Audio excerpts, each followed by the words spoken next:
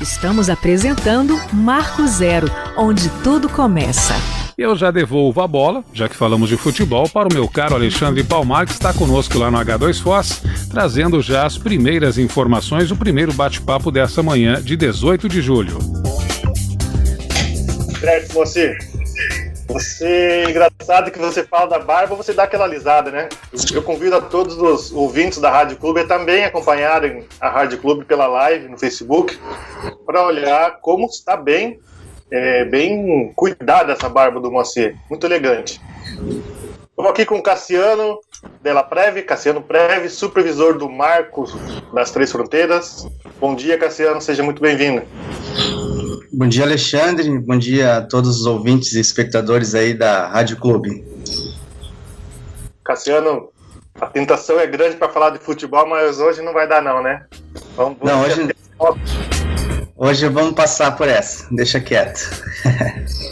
Eu e o Cassiano, nós somos dois debatedores do mundo da bola. A gente não pode se ver, seja em qualquer canto aí de Foz do Iguaçu, que sempre o assunto é futebol, né, Cassiano? Exatamente, ainda mais um flamenguista, outro corintiano, nunca vão concordar em nada, né? Não, o Moacir também é corintiano lá no estúdio e dificilmente a gente concorda, viu? Mas não é tem isso, jeito. Cassiano. O Marco das Três Fronteiras completa 117 anos agora, né? Na próxima segunda-feira, dia 20 de julho, né? E eu queria que a gente queria conversar um pouco sobre essa parte histórica, mas essa parte histórica do Marco, né?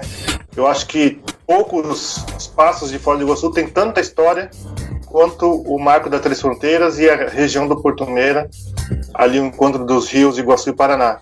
Então, primeiramente, obrigado mais uma vez pela sua participação, por atender nosso convite. E eu queria que você, de pronto, falasse pra gente qual que é a data, né? Qual que foi o ano de inauguração do Marco das Três Fronteiras? É muito legal, eu quero até agradecer o convite, né, para a gente abordar esse tema. É um tema muito interessante. Nós trabalhamos com turismo no Marco das Três Fronteiras e é um turismo que agrega muita história da nossa cidade, né? É gostoso saber que a nossa cidade tem tanta história, né? Então, o Marco foi inaugurado em 1903, né? O Marco brasileiro junto com o Marco argentino, né? Então, o Marco brasileiro foi inaugurado pelo comando do general Dionísio Cerqueira, e no lado argentino, sob o comando do general Garmendia, né? Então, esse marco, o que ele simboliza? Simboliza a soberania territorial dos países e também a paz entre os países, né? Que essa divisão territorial foi feita sem guerra, né? Então, foi feita em um acordo. Então, essa é a história bacana por trás da construção do Marco das Três Fronteiras. O Marco do lado paraguaio foi erguido depois, foi em 1961, né? Então foi inaugurado muito tempo depois do Marco argentino e do Marco brasileiro. Certo. Cassiano, e em que ano mesmo que foi a inauguração do Marco brasileiro? 1903. Então, foi 1903? Isso, exatamente. Pode falar. E antes da emancipação do município ainda, né? Então, Foz do Iguaçu ainda nem era um município, no caso, né? Essa região, e já existia aí o Marco das Três Fronteiras. A emancipação do município, salvo engano, 1914, é isso? 1914, exatamente. 11 anos antes. 11 anos antes, né? Tanto que a gente primeiro completou o centenário do Marco das Três Fronteiras, obviamente, e depois do município agora em 2014. Exatamente. E você tinha me falado sobre a inauguração do Marco Paraguaio, que é mais isso, um pouco mais distante, foi 1961? 1961, Marco Paraguaio. Certo. E quando completou a inauguração desses três marcos, o que isso acabou significando para a nossa região? Aqui para Foz do Iguaçu mostra a união dos três países, né? Cada país tem o seu marco pintado nas cores, né, respectivas aí de cada nação, né? Então, é uma região que tem uma energia muito boa, onde a gente consegue avistar os nossos países vizinhos, nossos países irmãos, né? Então, a inauguração desses 3 marcos acabou trazendo a curiosidade também de pessoas em visitar o local, né? Então, em conhecer essa região, né? Então, o Marco das Três Fronteiras acabou tendo essa vocação turística também, né? Por conta desses obeliscos, eles agregaram muito valor, né? Nessa região tão importante.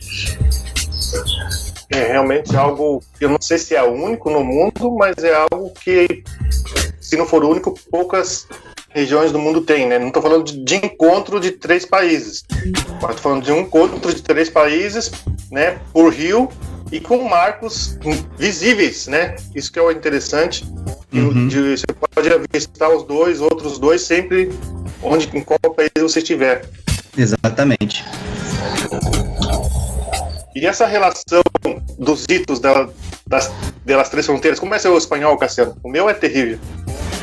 O meu também, a gente quebra um galho aí com os turistas, né? A gente se entende, a gente conversa, mas não é aquele espanhol de Foz do Iguaçu, né? Que só a gente conhece. Sim. Tem uma história que sempre contam do marco paraguaio, né? Você estava falando da estrutura deles, né? Qual que é a estrutura que define o marco brasileiro e o argentino? A estrutura, a forma, a arquitetura? Isso. É em triângulo, né? E o do paraguaio, ele é um retângulo. Né? Existem algumas histórias não muito bem definidas para a arquitetura do marco paraguaio. Alguns historiadores aí dizem que é um protesto, né? Por conta da guerra do Brasil e Paraguai.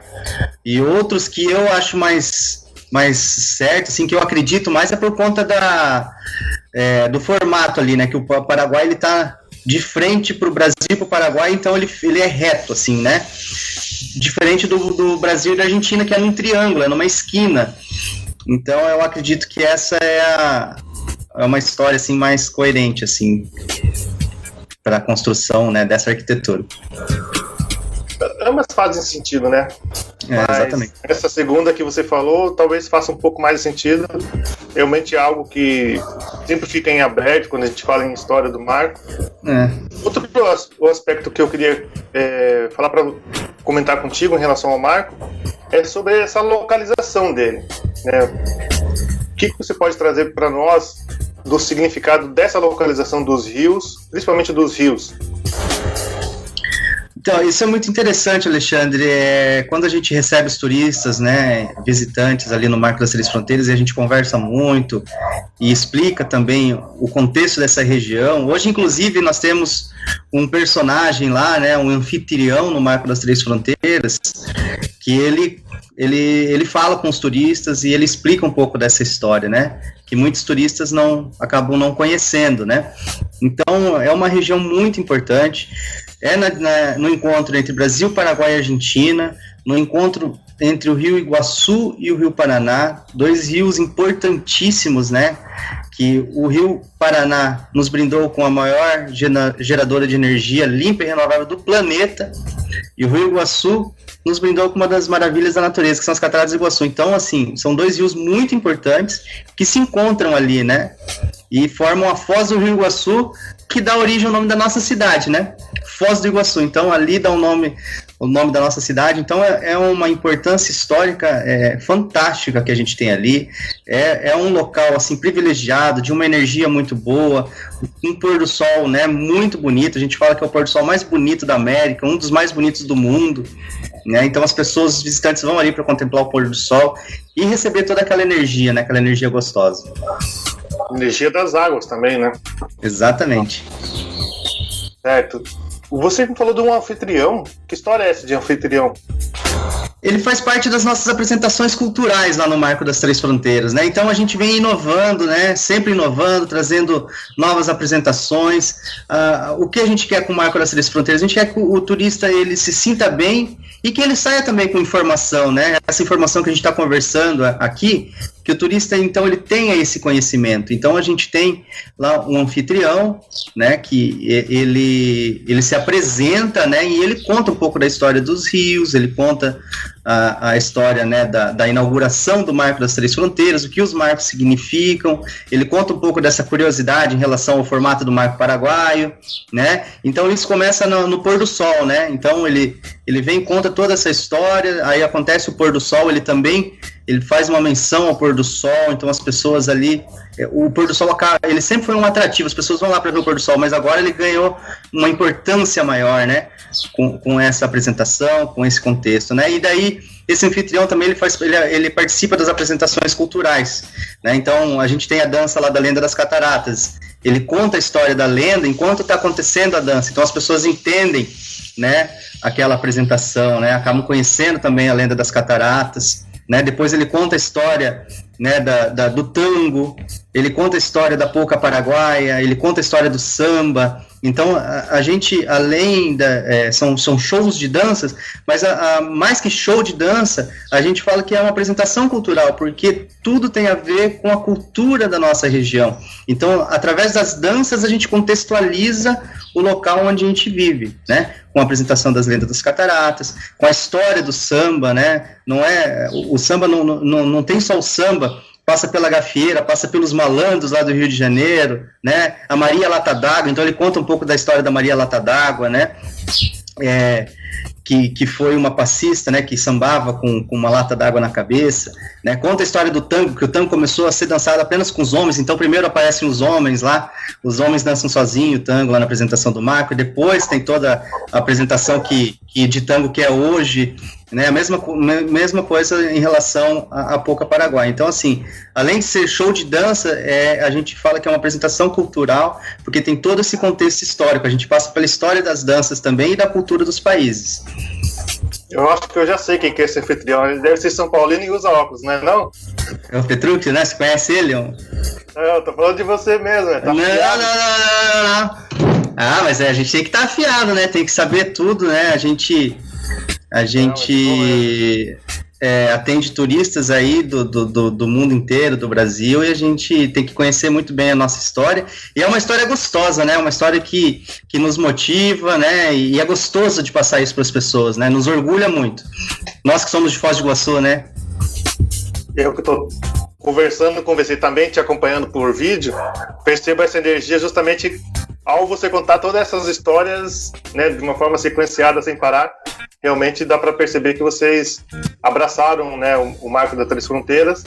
E eu queria então que você falasse um pouco sobre essa questão, né? O grupo, você faz parte do grupo Cataratas, né? Que também faz a gestão lá na parte turística no Parque Nacional do Iguaçu. Resgata um pouco para a gente como é que era o Marco antes e também como é que foi esse investimento e quais melhorias realizadas pelo Grupo Cataratas ali no espaço. Uhum. Então o Marco antes, né, existia o Marco das Três Fronteiras, um pequeno mirante ali, né, e onde existia a visitação, mas a gente não tinha nem registro, né, de visitação, quantas pessoas visitavam lá o atrativo, né. Então, depois de todo o investimento, o Grupo Cataratas investiu mais de 30 milhões no local, né, com toda a estrutura aí de visitação, cenografia, né, e dentro de toda essa estrutura também a gente trouxe esses atrativos para dentro do atrativo, né, que são essas apresentações culturais e tudo mais. Então, desde 2015 aí o grupo vem trabalhando no Marco das Três Fronteiras com atendimento ao público, e a gente vem sempre trabalhando melhorando, né, a experiência do visitante no local, e vem atraindo cada vez mais visitantes, né, então a gente é um dos atrativos hoje mais visitados em Foz do Iguaçu, e o grupo vai continuar investindo aí na região, né, a gente tem uma outra série de investimentos que estão por vir aí. Tem uma participação aqui, Cassiano, do Kleber Vinícius. Ele diz o seguinte, né, ele comentou lá na fanpage da Rádio Clube: Mágico Marco é um portal de 3 mundos. Aí uma definição, hein? Também, exatamente. Sim, muito bom esse investimento que você falou, né? Esse paralelo entre o que era antes e o que é agora, o Marco das Três Fronteiras. E puxando esse paralelo aí, eu queria que você também diferenciasse o marco da Três Fronteiras dos outros marcos, né, que a gente tem na fronteira com a Argentina e como um todo no Brasil. É algo único isso que a gente consegue ter aqui. Fica tranquilo que o nosso ouvinte já está acostumado com cachorro, furadeira. Não tem muito o que fazer nesse novo sistema aí, né, de entrevista, né?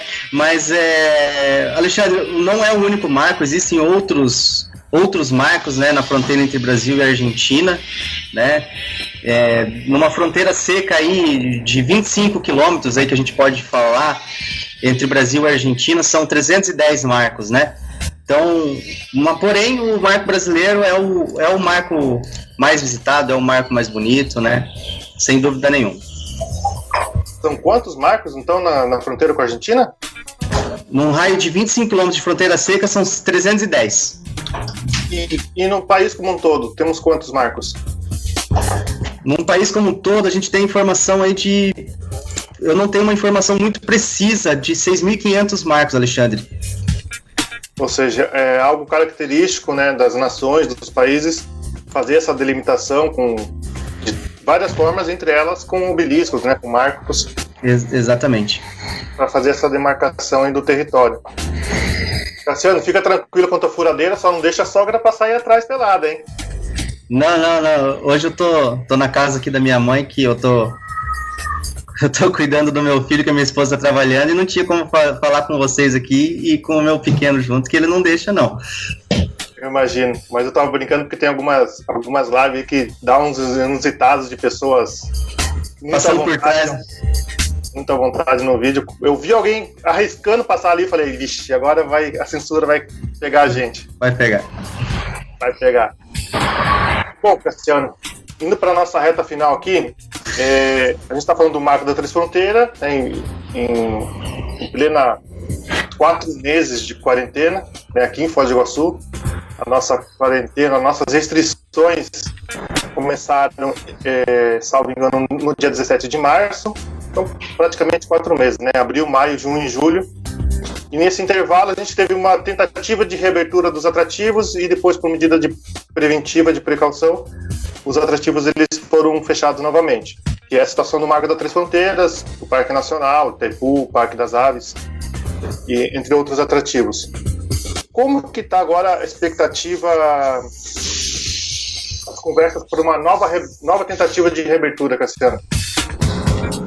Então, Alexandre, a gente está acompanhando de perto, né, essa pandemia, o caso dia a dia, né, como estão os casos, né, a gente está trabalhando com uma previsão de reabertura aí para o início de agosto, né, mas a gente está acompanhando também os casos, né, então tem que ser as decisões têm que serem tomadas aí com muita responsabilidade. A nossa diretoria está atenta nisso e com certeza vai tomar a melhor decisão, né, possível. São aí, como você comentou, 4 meses de fechamento, né, para nós é muito difícil, né, ficar longe do nosso trabalho, ficar longe de atender os turistas, né, mas é necessário nesse momento, né. Então, a previsão de reabertura aí a gente pode colocar que é para início de agosto, porém, a gente está acompanhando de perto dia a dia, né, e a nossa diretoria aí com certeza vai tomar a melhor decisão possível. Sim. Já no segundo bloco a gente vai fazer uma atualização do nosso cenário epidemiológico aqui em Foz do Iguaçu. A gente vai falar de números de casos e outras ocorrências, né, da doença. Mas esse papo fica para o segundo bloco. Os atrativos estão tomando essa medida de precaução, de aguardar mais um pouco, talvez daqui a 2 semanas, em agosto, dependendo até mais. Mas quando voltar, Cassiano, só resgata para a gente. Morador de Foz do Iguaçu vai continuar com os mesmos direitos, benefícios de visitação. Quais são esses?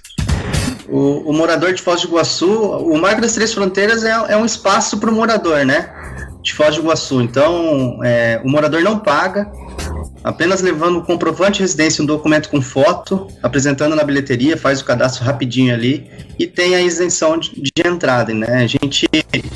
A gente recebe muitos moradores, principalmente em finais de semana, É um atrativo que a gente consegue fazer essa junção, né, do turista com o morador, é muito interessante, é muito, muito legal isso, né? Então o morador não paga, apenas levando o comprovante de residência e um documento com foto. Tá certo, Cassiano. Tá aqui nossos parabéns ao Marcos das Três Fronteiras por esse aniversário, 117 anos que serão completados no dia 20 de julho.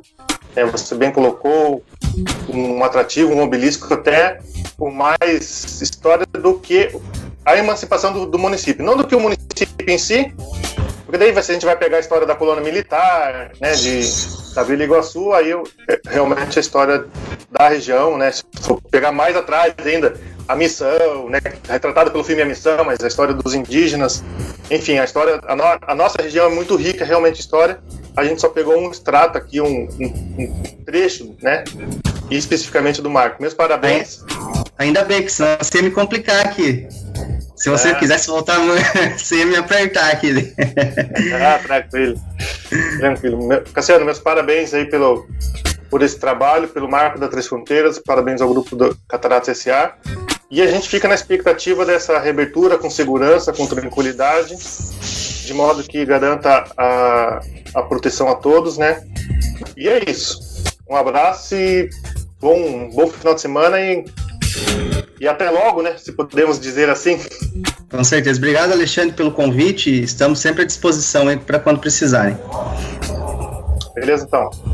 Moacir, conversei agora com Cassiano Preve. Ele é o supervisor do Marco das Três Fronteiras. Falou um pouco da história, falou um pouco das curiosidades, falou um pouco de investimentos, né, no atrativo e também da expectativa de reabertura. Moacir, vamos ter que ter um pouquinho mais de paciência, mas logo a gente vai poder curtir o pôr do sol, aquela cervejinha, né, aquela apresentação musical, apresentação de dança no Marco das Três Fronteiras.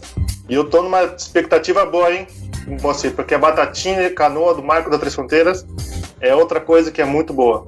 É contigo, Moa. É isso aí, Alexandre Palmar. É o momento, né? Não tem muito o que fazer. A gente que tá desde março nesse fecha, abre, quarentena, agora vai, agora não vai. Criamos uma expectativa lá no dia 10 de junho, quando é o aniversário do município de Foz do Iguaçu, e principalmente, né, a reabertura dos atrativos. Pouco tempo depois, no dia 1º de julho, tudo fechado de novo. Novamente a quarentena está batendo as nossas casas, alguns bairros que estão fechados, alguns bairros que estão aí sofrendo essa restrição de circulação, mas é o momento, né? Temos que ter cuidado, estamos ainda no meio do inverno. E acredito eu que a partir da chegada da primavera, penso e tenho fé e torço muito que as coisas vão melhorar. Muito bem. Marco Zero, onde tudo começa.